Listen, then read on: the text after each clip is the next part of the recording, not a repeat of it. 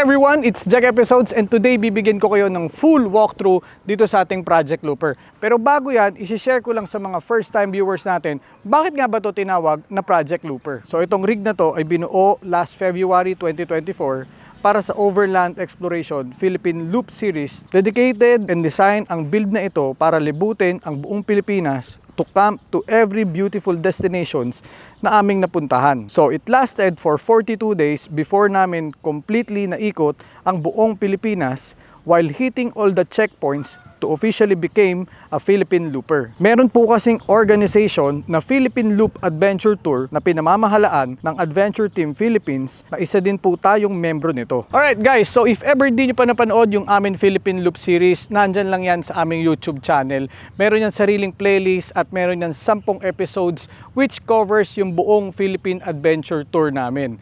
Now, simulan na natin yung ating walkthrough. POV style ang gagawin nating walkthrough para mas immersive at para mas feel nyo yung tour. Yung ating Project Looper, it's a 2021 na Hilux Conquest V. It's a automatic na 4x4. So, meron tayo ditong rival bumper. It's a 6mm thick aluminum bumper. Ang maganda dito, corrosion coated na siya. So, siguradong hindi kakalawangin. Isa pa, it's 10 to 15% lighter versus sa mga steel bumpers. Meron na rin siyang kasamang fog lights magkabila and may option kayong gawing yellow yan. And dito rin nakamount yung ating PIA na LPX 570. Very effective yan during low light trails. Kaya pag madilim, hindi kami nahihirapan with the help of this LED lamps by PIA. Also, dito rin nakamount yung ating Larsen na antenna. So, in-order ko to sa Amazon to make sure na original kasi US brand, US made yan. Pag nakabili kayo sa Shopee, make sure nyo lang na authentic kasi may mga peking Larsen sa Shopee. Dito sa baba, we have here the cam up winch. It's a 12,000 pounds na cam up winch. DBS 12, katulad nung nakakabit to sa FJ Cruiser natin. Tapos itong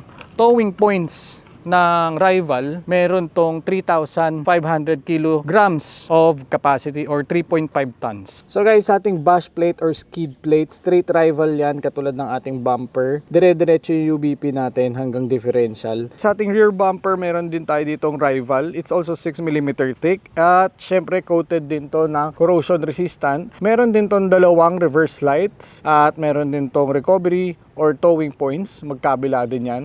And also, meron din siyang hitch receiver. So, napakaganda, napakatibay, and very functional ng rival bumper. Perfecto sa mga overlander and off-roader. Dito naman tayo sa ating lights. Siyempre, sa ating cowl lights, PIA pa din. At sa ating LED bar, PIA pa din. Diyan sa taas, maganda kasi yung slim and slick lang, malinis. Hindi siya yung sobrang laki. Makikita nyo dito, yung nabili ko sa Shopee na na mount, nangangalawang. So, make sure na ang ikakabit nyo stainless, hindi katulad nung kinabit ko. Anyway, sinubukan ko lang naman. Yung ating wrap naman, it's wrapped with khaki green ng Vinyl Frog. Shoutout to Sir Justin Uy. Mache-check nyo sila sa Facebook and Instagram yung mga ginawa nilang sasakyan. Napakaganda ng wrap. Even tumagal na to ng almost 2 years na. Poging-pogi pa rin, makintab pa rin. And syempre, sa ating wheel set, we have here the Nitto Trail Grappler. It's a 295/70 17. So wala po tayong body lift. Kumbaga suspension lift po lang to. And also, we have the big brake kits by WP Pro. Napakaganda ng big brake kits ng WP Pro. So slatted and drilled. Hindi, drilled lang pala. Drilled lang yung rotors, hindi slatted. Ang ating rims naman, it's a Method bead grip technology. Katulad sa FJ Cruiser natin, kahit plate mo to hanggang 5 PSI, hindi mo yan madidebid. So gamit na gamit namin yan at very effective yan during our Philippine Loop. Alright, sa atin namang suspension ang gamit natin, it's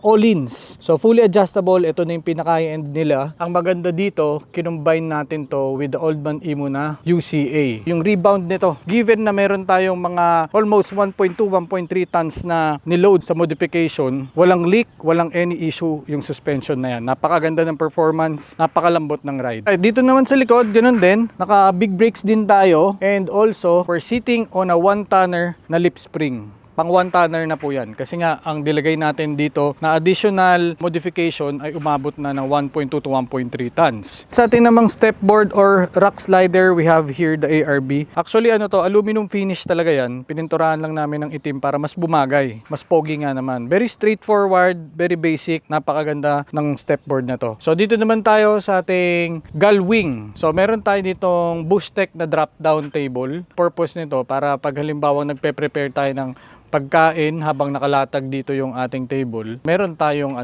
auxiliary table Kumbaga may additional tayong patungan. Then itong ating gull wing, outfitted to by Overland Kings, syempre. So may mga MOLLE panel siya dito. Sa ibabaw, may MOLLE panel din siya doon. So very customizable yung layout nito. Depende sa mga type of overlander kung anong gusto nyong ilagay dyan. Yung iba ang nilalagay nila dyan, sound system, nilalagyan nila naman ng mga kung ano-anong, kung saan sila mahilig. Like iba bar. So meron din tong mga outlets nandyan, tapos meron din tong ilaw dito para in case ginamit nyo to during night. And meron tayo syempre ditong espresso machine na portable. Syempre hindi pwedeng mawala yan kasi kailangan yan ni Mami She. Meron tayong lalagyan dito ng cups and tissue holder. Alright, tapos punta naman tayo dito sa likod. Meron tayong smart cap na canopy. Napaka-pogi, di ba? So far, ang napansin ko sa lahat ng mga canopy ngayon sa market, ito yung isa sa pinakamagandang fitment. Hindi katulad ng ibang na-observe ko na kundi overlapping, medyo bitin. So ito talagang perfectly fit mga sasakyan nyo. Dito naman sa ating fridge, meron tayo ditong 53 liter na My Coolman. It's a dual zone. At very obvious na to sa akin. Nadala ko na to ng Philippine Loop. Magtatatlong taon na to sa akin, wala akong naging problema. Meron din tong portable battery if ever magka-camp kayo sa ilog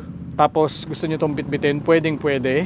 Dahil dual zone siya, pwede mong iset yung temperature. So pwedeng fridge yung isa, pwede namang freezer yung isa, or pwede naman parehas sila ng temp. Siyempre hindi mawawala ang ating first aid kit at ang ating fire extinguisher. Meron tayo ditong pull out kitchen drawer, meron din tayo ditong drawer, at meron tayong mga ports dito. So this one, electrical ports pag meron kayong cigarette lighter. Tapos, ito naman, water source po natin to. Alright, so dyan sa likod, as you can see, meron tayo dyang water tank. It's a 45 liter water tank. At ang maganda dyan, may motorized pump na siya. So, hindi ka mahihirapan pag nagbukas ka ng tubig. So, dito mo lang ipa-plug yung inyong hose. And also here, meron tayo ditong tinagong gripo. Ayan, as you can see, ayan o. Kakabitan mo na lang yan ng hose, isisindi mo na lang, may tubig ka na. Punta na tayo dito sa favorite part natin ng gull wing, yung ating charging station. So dito namin sina-charge yung mga cameras, yung mga drones, lahat, batteries nandito, at dito rin kami nagsasaksak. May MOLLE panel tayo dyan, at andyan din yung portable battery ng ating My Coolman if ever gusto nating ibaba yung ating fridge from our rig pero meron tayong continuous power supply. And also nandito yung ating panel board and yung ating C-Tech na nagcha-charge ng ating deep cycle batteries. So ito, ang ginagawa nito, from the solar panel, sina-charge naman niya yung ating mga deep cycle batteries na Newton. So pag nasa off-grid area kami, very important nito kasi nakakuha kami ng electric source gamit ang araw through C-Tech and yung ating Newton deep cycle battery. Also, nandito rin yung remote ng ating inverter. I-on lang natin. Yan, power up natin. As you can see, may ilaw na siya. Andyan din yung mga switch ng ating cabin lights and yung water pump dun nga sa ating tubig. Fuse, nandyan na rin. And meron tayo ditong mga cigarette socket na 12 volts. Meron tayong mga USB dito, USB ports. Yan, may type C, may type A. Yan, solar input andyan and output. So if ever hindi talaga kayo mahihirapan pag meron kayong ganitong setup sa inyong mga overland rig. So isindi natin yung mga ilaw. Yan, napakaganda ng ilaw na yan. Gamit na gamit namin yan. Balik tayo dito sa loob, sindi lang din natin to. Yan. So yun, kita nyo na yung loob, di ba? Nandito rin yung switch ng mga auxiliary lights natin or perimeter lights. Yan o. Petay mo yan, switch it on. Yan, meron tayong 4 na perimeter lights. Bakit dilaw? Kasi pag puti, nag-a-attract ng mga gamo-gamo or ng ibang mga insekto, kaya yellow. Then pag sinara nyo naman to, yung ating gull wing, dyan yung makikita yung ating mga sponsors at yung mga sumuporta sa atin during our Philippine Loop. Diba? Andyan silang lahat. Papakita ko lang din to sa inyo. May istorya kasi to eh. Yan o, from kilometer 0, Luneta, 6:02 AM, March 10, nilalag ko po lahat yung mga napupuntahan namin destinations, yung date, yung time. Nung una nilalagyan ko pa ng kilometers pero medyo na lost track ako. Ayan, yung nasa Oslob, Cebu na kami. Tuloy-tuloy po yan. Nilalag ko siya ng nilalag. Tapos nung April 7 ng 2:11 AM, umuwi ako. Nakaikot na kami niyan from Visayas and Mindanao, tapos Luzon yung next stop. So dito naman sa other side yung Luzon leg, May 13, ayan, galing kami ng Binyan. Naka 4,461 kilometer na ako from Laguna. Then ayan, Shell Balagtas, Henlex, Pantabangan, Baler, Baul Falls, ayan, hanggang dito, nakabalik kami ng Intramuros noong May 24. Philippine Loop Finisher, 6,986.61 total distance. So nilagay ko dito, Palawan ang next destination namin. Anyway, balik tayo ulit sa ating tour. Ayan, pag may ilaw na mas maganda, di ba? Kitang-kita nyo yung setup natin, talagang hindi lang siya functional, maganda rin siya aesthetically. So balik tayo dito, papakita ko naman sa inyo yung pull-out kitchen natin at yung ating fridge, pati itong drawer. Alright guys, so ayan, hinila ko na yung ating kitchen drawer at yung ating fridge. Tuloy natin yung tour. So ito yung loob ng ating fridge na 53 liter. So sakto dual zone siya, tapos may dalawa siyang compartment. So pwede nyo siyang pag-isahin. Pag halimbawang tinanggal nyo tong mga to. Yan, pati tong gitna. Yan, you can completely use it as one whole fridge or one whole freezer. Tapos, yun nga, may divider. Yun ang maganda dito kay My Coolman. So, dito naman sa ating pull-out kitchen, meron tayo ditong sink and meron tayo ditong stove. Ang maganda dito, windproof yan. So, kahit na malakas ang hangin, nakakapagluto kami. So, kung nagtataka kayo saan nanggagaling yung water source nito, yun yung 45 liter na water tank natin dun sa likod. So, dyan natin kinukunik yung hose, papasok dito sa ilalim. Dito po yan. Yan. Sa ating stove, ganun din, meron tayong dalawang hose dito. Pwedeng pang butane, pwedeng pang LPG. Yun ang maganda sa stove na yan, bukod sa, yun nga, windproof. And dito naman, sa area na to, dito ako nagpe-prepare bago ako magluto. So, yung mga raw meats, yung mga gulay and everything dyan natin pinapatok. So, very functional yung buong likod natin. So, ayun yung inverter na sinasabi ko sa inyo, ng King's inverter. It's a 1500 watts na inverter. And guys, so napakadali lang din iligpit nito. Talagang, ano to, run and gun. Yun ang maganda dito sa setup natin na to. Yeah. Ganun lang siya kabilis. Pag ibabalik mo na, in case magbe-break cam ka na. So, dito naman, papakita ko din sa inyo, meron tayo ditong drawer, which dito naman nakalagay yung mga ginagamit natin na camping gears. Ito naman yung camp cover. So, mga bags to, specifically designed para sa ating mga camping gears. So, pinasok ko siya dito sa ating drawer. So, andyan ang toothpaste, yung ating tire gauge by Concept 1. And, syempre, kung halimbawang ma-flatan tayo, nagbaon din tayo nito. So, pang patch, pang tusok, and yung binigay sa atin na golden incense, very effective to guys, promise. Yan yung laman ng ating mga bags, and also meron tayong mga pegs dito, mga ginagamit natin pegs. Ang maganda kasi dito, talagang organized, ang dali pag may hinanap ka, talagang mabilis mong ma-locate. Andito rin yung ating hose para sa ating air compressor. If ever gusto natin mag-inflate ng gulong. So, meron din tayong air compressor dito. Ayan. Hose ng ating tubig, nandito rin. Pakita ko rin sa inyo yung isasaksak natin doon. So, mabilis tayong makakilos talaga. Everything is set. Ayan. Meron tayong bidet. Meron tayo ditong shower. Pwede mong palit-palitan yung ulo. Yun yung maganda dito sa ating setup. Sobrang convenient ng aming Philippine Loop kasi pinaghandaan talaga. So iba dito, ganun pa rin, mga zip ties, cables na kailangan namin. And also, meron din tayo ditong axe ng bare bones. Effective to, lalo na no, gamit namin to nung sagada namin kasi talagang wood fire kami noon, wood fire cooking. Yun ang ano namin noon, source ng aming apoy nung nagluto kami. So tapos na tayo dito sa ating kitchen drawer. So papakita ko naman sa inyo yung roof setup natin. Alright guys, para naman sa ating awning. So we have here the 270 awning tent na freestanding by iCamper.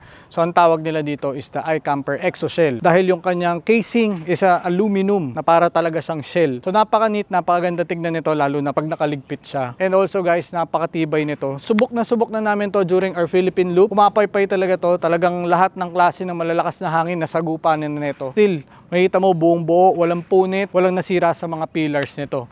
And then up top, nandyan yung ating iCamper na BDB Duo. Kasya dyan ang 2 adults, maluwag. Actually, 3 kami natutulog dyan, pati si Calvin. So, kasyang-kasya kami, hindi kami nagsisiksikan. Iakyat ko kayo sa taas para din makita nyo yung loob ng ating RTT. So, ito guys, yung kanyang telescopic na ladder. Akyat tayo.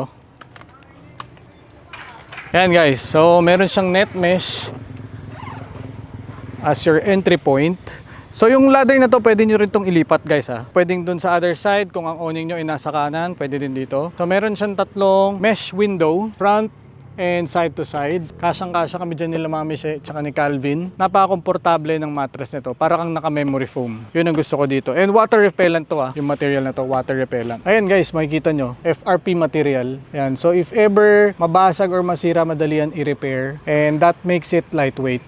Also, sa ilalim ng ating RTT, meron tayong foldable steel table. Diyan natin yan nilagay. Usually kasi sa loob yan ng smart cap nilalagay. So, may lakyan sa gilid para safely secured at hindi malaglag. Kasi pwede mag-slide down yan pag wala tong lock na to sa gilid. So, sa ating roof setup, meron tayong mga perimeter lights, di ba? So, meron pa din tayo ditong auxiliary lights. Ginagamit natin to syempre during off-roading kasi minsan hindi natin nakikita yung gilid natin. So, up top, ito yung ating mga front runner boxes. So, yung ibang mga camping gears natin, dito natin nilalagay. So usually yung mga ginagamit pa pag nasa campsite na, yun yung nilalagay natin dito. Tie down to with a bungee sling, also a front runner. Napakadaling gamitin nito. So if ever bibili kayo nito, ternoan nyo nito. And also, yung ating roof rack, it's a front runner din. Diyan naman nakamount yung ating RTT at yung ating box. Here, syempre sa ating snorkel, katulad sa FJ, TJM ang gamit natin. Napaka-simple, napaka-straightforward. Syempre, sa atin namang tint ang gamit natin, V-Cool. So hindi talaga namin ramdam yung init kahit babad na babad kami sa arawan. Talagang very effective ng V-Cool. Thank you, V-Cool Philippines. And also, nagkabit tayo dito ng Jaos na door handle guard. Kasi 'di ba lagi nagagasgas yan pag ganyan. So binigay yan sa atin ni Mervin Lee ng Blue Line. Thank you Boss Mervin. Yan, so ito yung loob ng ating 2021 Hilux Conquest or the Project Looper. Makikita nyo dito naka carbon fiber na steering wheel tayo. It's a real brand. Meron tayo dito mga light controllers or switch. So nandyan yung mga pindutan ng ating mga LED bar, yung ating air compressor, yung ating cowl lights, pati yung mga rear and mga side na ilaw natin. And also nagkabit tayo dito ng base radio. Meron tayo dito na Cygnus 828. Katabi nito yung ating throttle controller. So meron tayo ditong I/O tuning. Wireless po yan, yun ang maganda sa kanya. At the same time, nawala talaga yung delay. So if ever kailangan mo overtake, kailangan mo ng power, talagang iba yung naibibigay na performance ng throttle controller na yan. So better throttle response, wala pong nag-gain na horsepower. And also meron tayo ditong quad lock na phone holder by Carscoot. Salamat po Boss Kiko. Lahat ng hindi nabanggit guys, all stock na. So yun yung ginawa natin dito sa ating interior. Guys, papakita ko lang din sa inyo yung air compressor natin. So guys, ito yung ating ARB air compressor. So dito mo rin ipapasok yung hose. And also, nandito rin yung ating ARB differential breather. So dito mo isasaksak yung hose if ever gusto mo mag-inflate ng inyong mga gulong. Alright guys, that's it for our full walk around tour dito sa ating Project Looper. So after this, abangan nyo kasi magbabago na naman ito ng anyo. And if ever may mga katanungan po kayo sa build na to or kailangan nyo ng mga recommendations para sa mga build nyo naman na overland and off-road rigs, feel free na mag-message, mag-comment lang anytime. Pipilitin kong makasagot hanggat maaari sa lahat ng mga katanungan. Pagbigyan nyo ko if ever minsan may katagalan kasi medyo flooded talaga yung ating mga inbox and yung ating mga comment section. And also, nakalimutan ko, ito nga palang ating Project Looper. Nag-differential regear na rin tayo dito. From stock, ginawa na po natin itong 488. Yung po ang ratio na ginamit natin dito. At ang brand na ginamit natin is the Revolution. So far, okay naman siya. Wala naman naging problema. Pero yung iba kasi, instead na mag-differential regearing sila, ang ginagawa naman nila, pinapatune naman nila yung kanilang mga overland rig. So, depende sa preference nyo. Ako kasi mas okay sa akin na differential regear. But if you want to keep it stock, tapos i-tune nyo na lang, at least hindi gagalawin yung differential gear ng inyong mga sasakyan. And also guys, gusto ko lang din i-promote sa inyo yung ating enthusiast since day one. So ito po yung ating clothing line. May mga bago po tayong merch anytime soon. Meron tayong mga palabas na vest, field jacket, pants, meron din tayong mga bagong headwears, meron din tayong bagong collection ng mga shirts. So lahat yan available sa Shopee natin. And para updated kayo, punta lang kayo sa aming Facebook page, Enthusiast Since Day One. Meron din kaming Instagram. So again guys, maraming salamat sa patuloy na panonood ng Jack Episodes. Sa mga bago po nating viewers, welcome po sa Jack Episodes. Huwag niyo pong kalimutan mag-like and subscribe. Road to 100,000 para makamit na po namin ang aming silver play button. Thank you very much guys. Till next episodes, ingat!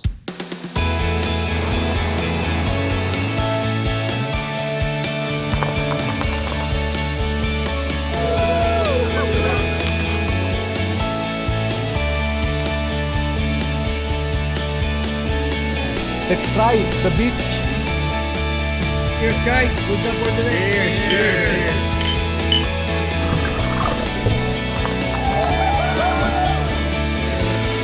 Ayos, diba? We're on our way and off-road yung papunta doon.